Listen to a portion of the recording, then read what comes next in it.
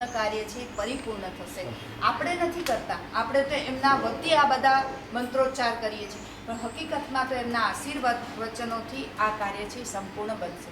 તો દેવ શક્તિઓનું આસન તરીકે આપણે કલશને આવાહિત કરીએ છીએ, એની સ્થાપના કરીએ છીએ। પહેલાં હવે એનું પૂજન કરીશું અને ત્યાર પછી આપણે દરેકે દરેક દેવ શક્તિઓને એમાં બોલાવીશું।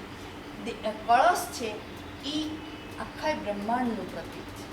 આખા બ્રહ્માંડનું સંચાલન કોણ કરે છે? દેવશક્તિ, બરોબર છે।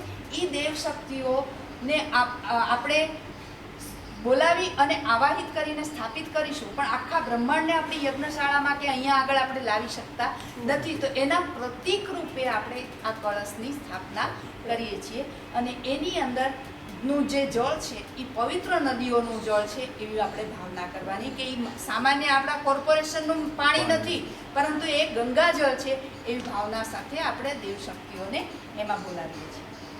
પ્રાર્થના કરીશું।